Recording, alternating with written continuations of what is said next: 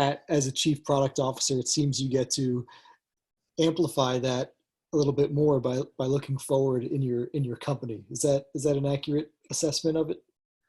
Yeah, the way that I like to think about it is sometimes we have innovative ideas at Clever, but most of the time the great ideas actually come from the folks like you, Gerard, brilliant teachers, brilliant administrators and principals, incredible apps that are doing really great things. And it might be an official thing like a product that they've built, or more likely it might be a really creative workaround. Let me give you one example. I heard from a principal who talked about how little student logins were really unmanageable, how kindergartners were struggling to type. And so even just logging into Clever once was a huge problem.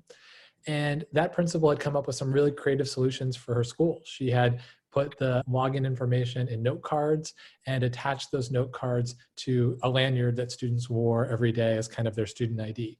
And so students could look at their lanyard and type it in.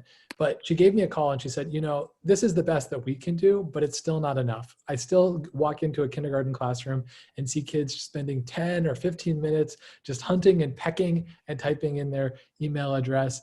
And I want them to be spending that time learning, not just typing in and then having to do it all over again because they missed a letter in their password. Can you make it easier?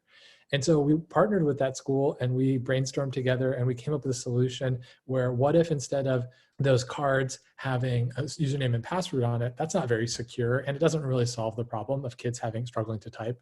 What if we put a really secure QR code on those cards and called it a badge, and the kids could just hold that card up to a webcam and log in instantly, in seconds instead of minutes, and with joy instead of frustration. And so that kind of innovation is the kind of thing that I love the most, where we're in collaboration with educators and school leaders and district leaders, and we're solving real problems that make EdTech more usable. And the idea that I get to do that, more or less every day as a job is just kind of a dream come true.